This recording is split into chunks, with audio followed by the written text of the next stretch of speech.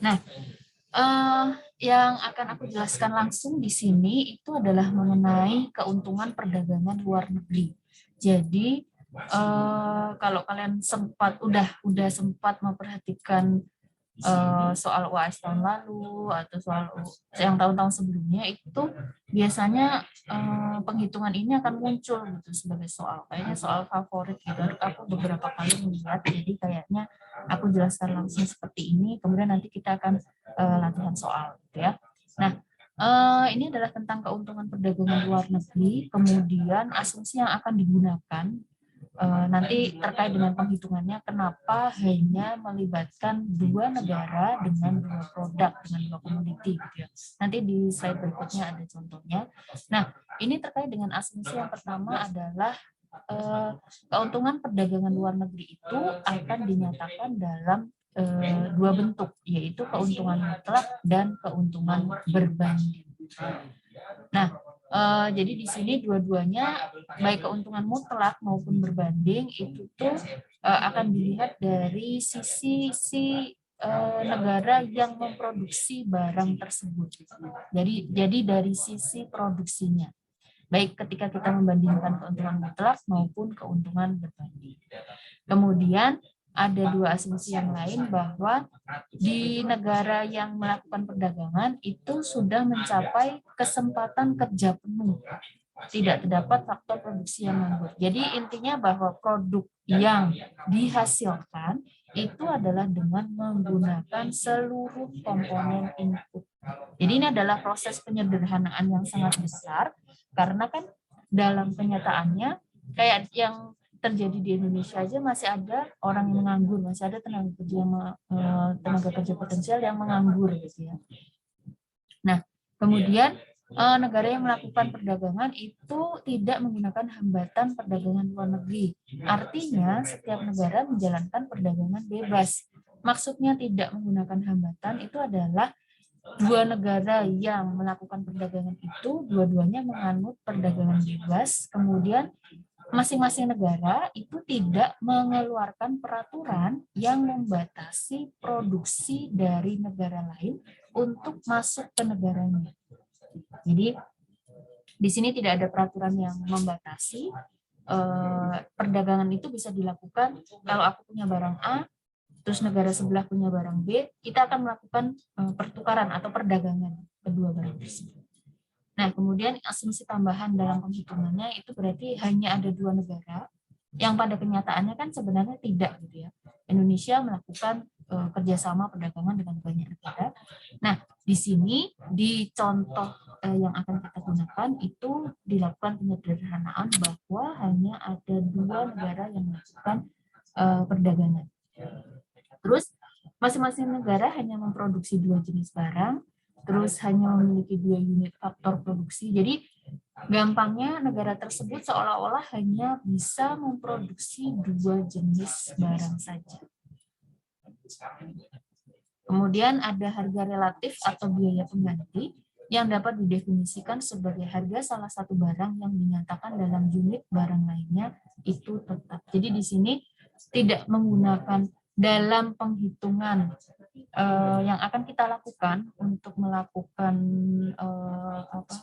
melakukan analisis perdagangan luar negeri yang dilakukan dua negara ini, itu tidak menggunakan satuan mata uang, tetapi di sini menggunakan harga relatif. Jadi perbandingan antara kedua komoditi yang diperdagangkan. Oke. Kemudian yang berikutnya,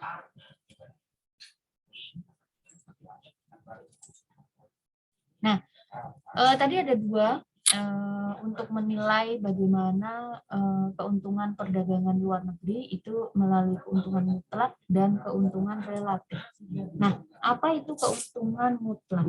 Untuk keuntungan mutlak itu berarti kita akan membandingkan langsung. Jadi di sini keuntungan mutlak itu diperoleh oleh suatu negara dari mengkhususkan kegiatannya ketika memproduksi barang dengan efisiensi yang lebih tinggi. Jadi maksudnya efisiensi, ingat tadi bahwa yang akan kita nilai itu adalah dari sisi produksi. Jadi untuk menunjukkan apakah negara tersebut lebih efisien daripada negara lain ketika memproduksi barang tertentu, ini bisa dilihat dari perbandingan kedua komoditas tadi. Lebih murah yang mana? Semakin murah dia bisa memproduksi suatu komoditas, itu berarti negara tersebut lebih efisien dibanding negara lainnya. Sampai sini bisa diikuti? Kan kita baru ini slide-nya emang tidak bergerak ya, atau gimana? Apa? Ini slide-nya emang tidak geser atau gimana? Belum geser, sabar. Baik Ibu. Oke. Nah, kemudian ini contohnya baru kita gerak. Nah, contohnya ada di sini. Jadi ini perhatikan ada dua negara. Tadi ini berarti. Mohon maaf Ibu, di saya nggak bergerak Ibu. Masih tetap di slide 8. Masih tetap di slide 8. Gitu.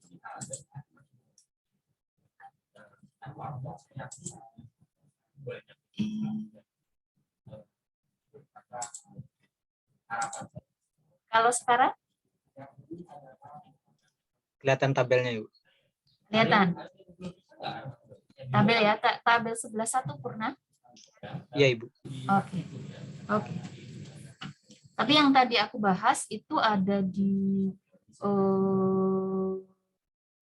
slide. Jadi sebenarnya kalian kalau buka slide-nya yang aku jelaskan sudah tertera di sana. Jadi untuk yang di tabel ini adalah yang dimaksud dengan yang akan kita bahas itu mengikuti asumsi-asumsi tadi. Ada dua negara saja yang berinteraksi, yang melakukan perdagangan, terus dua produk, gitu ya. Nah, di sini produk yang diperdagangkan itu adalah kain dalam satuan meter dan beras dalam satuan kilogram. Negara A itu memproduksi 500 meter kain, kemudian negara A juga memproduksi 2.000 beras, 2.000 kilogram beras. Untuk negara B itu 750 meter, sedangkan berasnya 1.800. Nah, di sini dari sisi yang disebut dengan keuntungan mutlak itu adalah kita membandingkan jumlahnya secara langsung. Kalau keuntungan mutlak perdagangan beras berarti negara mana yang bisa memproduksi beras lebih banyak. Berarti kan di sini adalah negara A, gitu ya. Negara A di sini dia memproduksi beras 2.000 kilo. Sementara negara B 1.800. Sehingga kita bisa bilang bahwa negara A memiliki keuntungan mutlak dalam memproduksi beras. Sedangkan untuk yang komoditas kain, ini kita bisa lihat bahwa negara B memproduksi lebih banyak kain daripada negara A. Jadi 750 lebih besar dari 500, sehingga kita bisa bilang bahwa negara B memiliki keuntungan mutlak dalam memproduksi kain. Nah, kemudian yang berikutnya, itu tadi adalah keuntungan mutlak, sekarang keuntungan berbanding. Cek Purna, slide-nya udah bergerak yang sekarang? Sudah Ibu. Oke, terima kasih. Untuk yang keuntungan berbanding, ini adalah keuntungan yang diperoleh suatu negara dari mengkhususkan atau istilahnya adalah negara yang melakukan spesialisasi dalam memproduksi barang-barang yang mempunyai harga relatif lebih rendah. Jadi di sini ketika suatu negara tersebut melakukan spesialisasi perdagangan, ini berarti maksudnya dia itu hanya memproduksi barang-barang yang mempunyai harga relatif lebih rendah. Nah, ini kita bisa lihat langsung di tabelnya, di tabel 11.2. Ini ya. Ini untuk ini harusnya tabel 11.2 ini. Tapi negaranya beda ya. Kalau yang di tabel sebelumnya kan negara A sama B. Nah, di sini adalah negara M sama N. Nah, kemudian di sini terlihat bahwa negara Ini kesini udah menyala sih kameranya kan? sorry?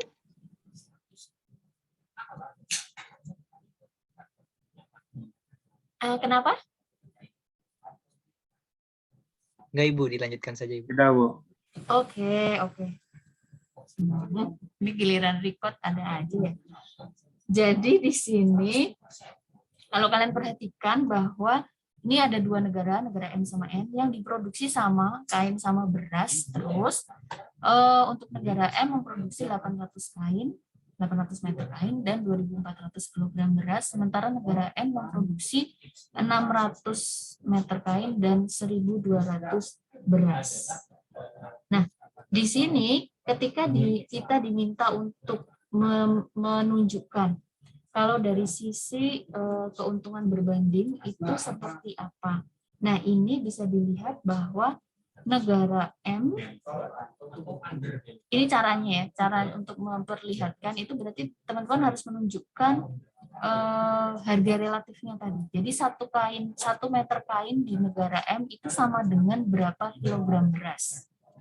Kemudian 1 meter kain di negara M itu sama dengan berapa kilogram beras. Nah, di sini di negara M itu 1 meter kain itu sama dengan 3 kilogram beras. Jadi dibagi aja 2.400 bagi 800. Jadi untuk memproduksi untuk memproduksi kain 1 meter kain itu harga produksinya sama dengan 3 kilogram beras. Sedangkan di negara N adalah 1 meter kain itu sama dengan 2 kilogram beras. 1.200 dibagi 600. Jadi kan yang tadi yang negara M 1 kain itu 3 kilo, yang negara N 1 kain 1 meter maksudnya itu 2 kilogram beras. Di sini ini berarti negara N memiliki keuntungan berbanding dalam memproduksi kain. Kenapa? Karena untuk memproduksi kain dia membutuhkan biaya yang lebih sedikit dibandingkan negara N. Tadi kan negara N memproduksi 1 meter kain itu dengan 2 kg beras, sementara yang negara M itu dengan 3 kg beras. Sehingga di sini negara M memiliki keuntungan berbanding dalam memproduksi kain. Sedangkan negara M memiliki keuntungan berbanding dalam memproduksi beras. Kalau memproduksi beras berarti tinggal dibalik 1 kilogram beras itu sama dengan berapa meter, gitu ya. Jadi kan kalau ini tadi kan 2.400 bagi 800. Nah, untuk menunjukkan 1 kilogram beras berapa meter berarti dibalik. Jadi di sini 1 kilogram beras sama dengan 0,3 meter. Kemudian di negara N 1 kilogram beras itu sama dengan 0,5 meter. Oke, nah kemudian untuk menunjukkan bagaimana hubungan antara keuntungan mutlak dalam perdagangan ini kita lanjut ke slide berikutnya. Tes sudah berganti kah ke tabel 11 ini? Ya, Ibu. Nah, di sini kita bisa memperlihatkan, di sini ada tabel, ada 3 kondisi ya, ada 3 keadaan. Ada 3 keadaan, ini teman-teman perhatikan, keadaan 1, keadaan 2, dan keadaan 3. Ingat yang kita bahas adalah tentang keuntungan mutlak. Ya, tentang keuntungan mutlak.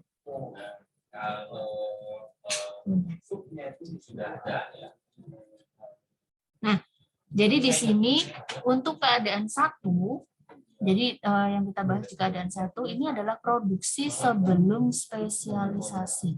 Jadi ini contohnya adalah Indonesia dan Thailand yang memproduksi beras dan memproduksi pakaian. Ya. Kemudian sebelum spesialisasi berarti kedua negara itu masih memproduksi kedua-duanya. Jadi belum memperhitungkan harga berbanding tadi.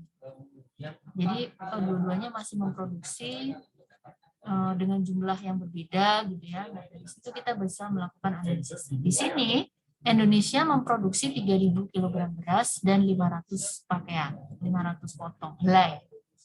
Terus yang Thailand itu 5.000 kg beras dan 250 helai pakaian.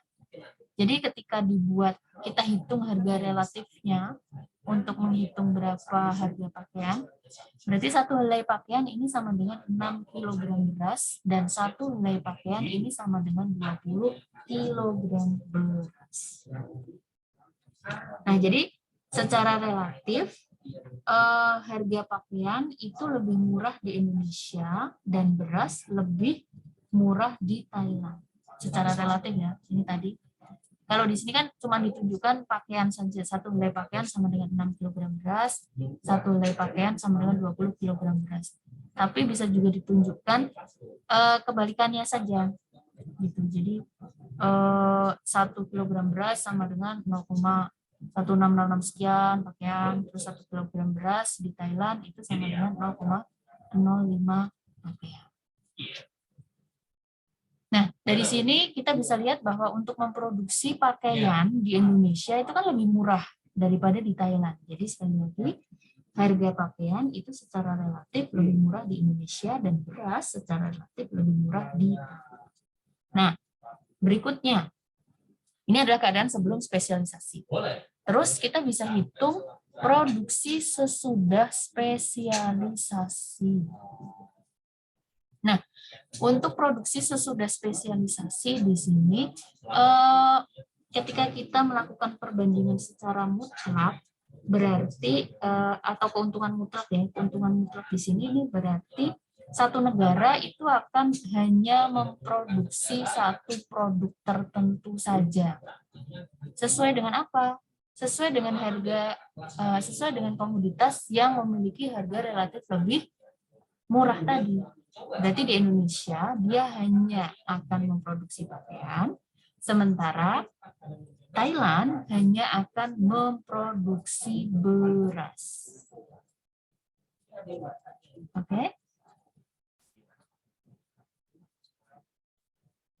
Jadi angka-angka ini 1.000 helai pakaian dan 10.000 kg beras itu menunjukkan bahwa dengan adanya spesialisasi, faktor-faktor produksi dapat digunakan dengan lebih efisien. Kenapa? Karena dia tidak memproduksi beras. Jadi yang tadinya input gitu ya, tenaga kerja dan sebagainya yang bisa digunakan untuk memproduksi beras itu kini hanya digunakan untuk memproduksi pakaian saja. Sementara untuk yang Thailand itu juga sama, dia hanya akan memproduksi beras saja. Jadi dia tidak memproduksi pakaian. Yang semula sumber daya itu digunakan untuk memproduksi pakaian itu hanya akan digunakan untuk memproduksi beras. Oke. Nah, kemudian untuk di keadaan 3, di keadaan 3 ini adalah konsumsi. Jadi teman-teman perhatikan ini keadaan 1, keadaan 2 ini adalah terkait produksi. Sedangkan yang di keadaan 3 itu adalah terkait dengan konsumsi. Jadi di sini akan ditunjukkan bahwa setelah terjadinya perdagangan, setelah ditukarkan gitu ya, maka di tiap negara itu dia bisa memproduksi komoditas dengan lebih banyak. Jadi di Indonesia dia bisa mengkonsumsi beras 5.000 kilo, ya kan? Yang tadinya cuma 3.000 kan? Nah, tapi setelah dia melakukan perdagangan dengan Thailand, itu dia bisa mengkonsumsi 5.000 kilo. Sementara untuk yang Thailand, dia bisa mengkonsumsi pakaian sekarang 500. Tadinya kan cuma 250 ya. Nah, kemudian setelah melakukan perdagangan dengan Indonesia, dia bisa mengkonsumsi barang yang lebih banyak. Gitu.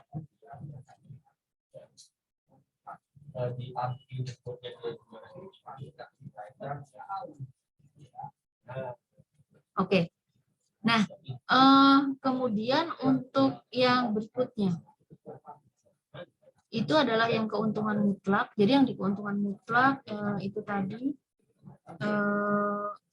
adanya spesialisasi ya, spesialisasi. Nah, bagaimana dengan keuntungan berbanding? Di keuntungan berbanding di next slide itu kita juga akan melakukan, ini penjelasannya ada di slide berikutnya ya. Nah, ini adalah keuntungan berbanding sekarang. Nah, untuk yang keuntungan berbanding itu akan juga diperlihatkan adanya proses atau keadaan setelah spesialisasi. Jadi teman-teman perhatikan di tabel ini itu terdapat kondisi satu, keadaan satu, keadaan dua, dan keadaan tiga. Untuk yang keadaan satu ini adalah produksi sebelum spesialisasi.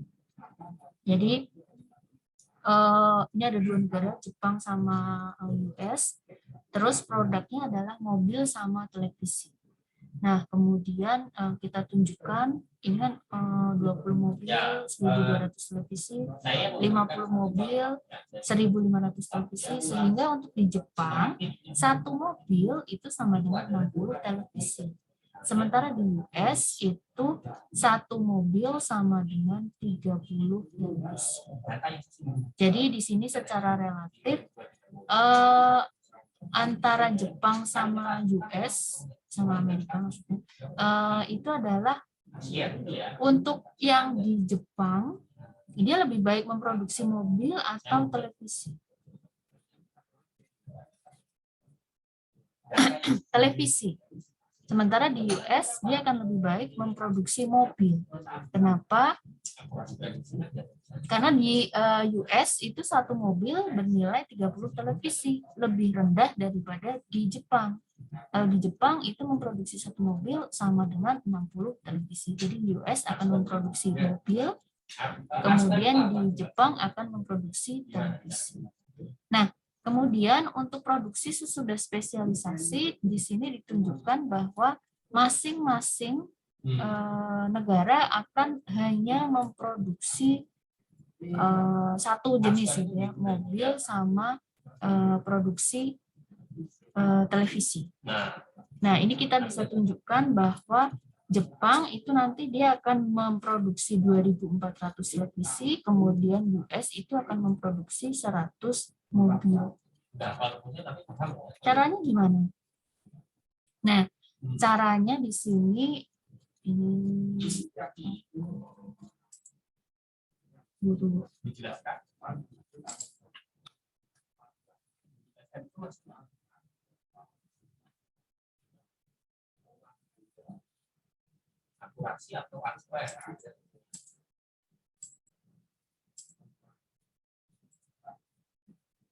ya.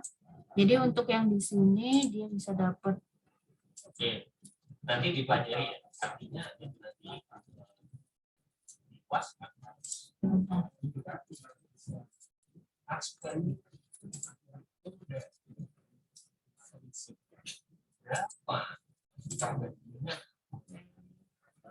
Prediksi nilai.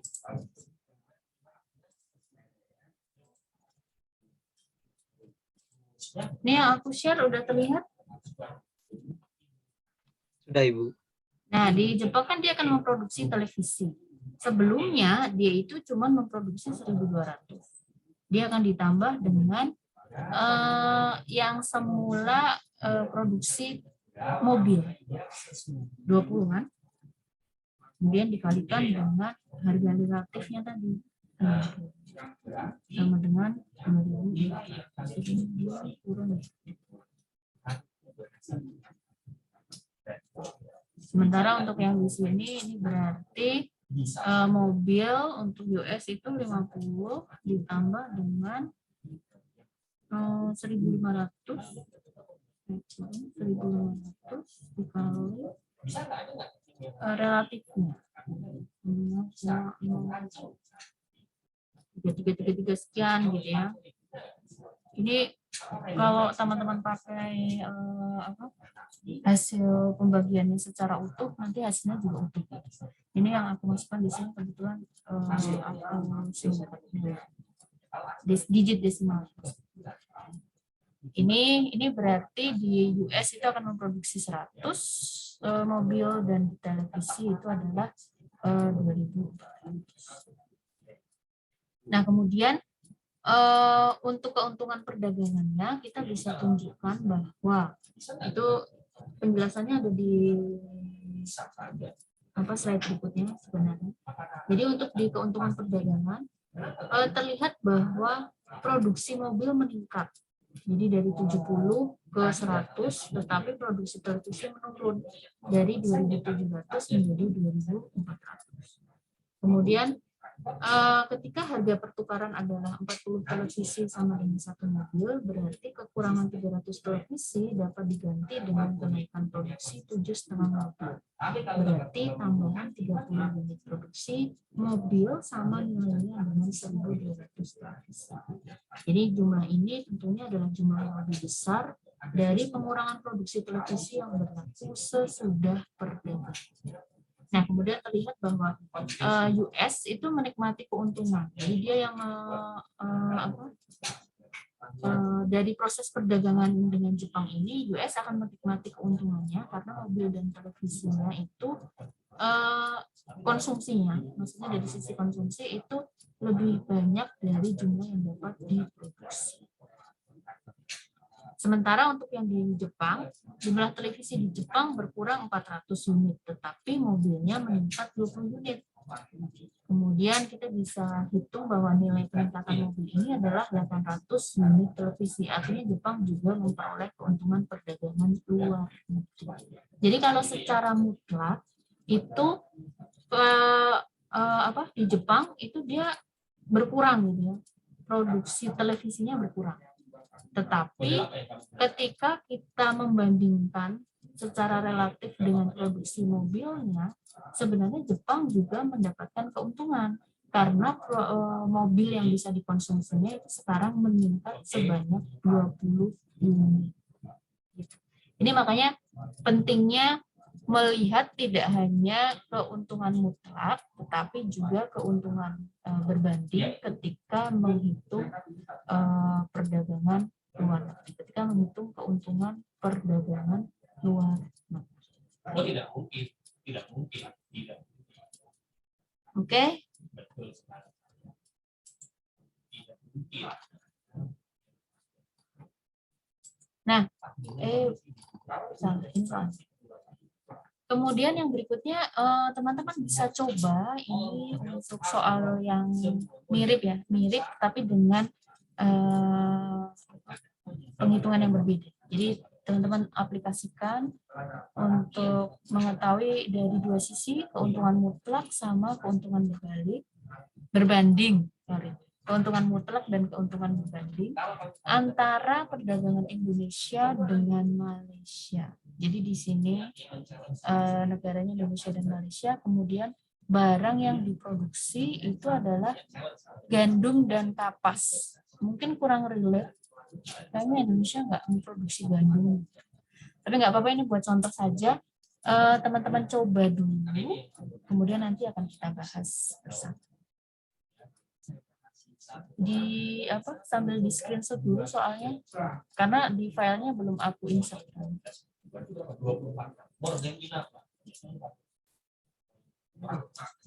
kali, betul nggak? Saya kasih kesempatan.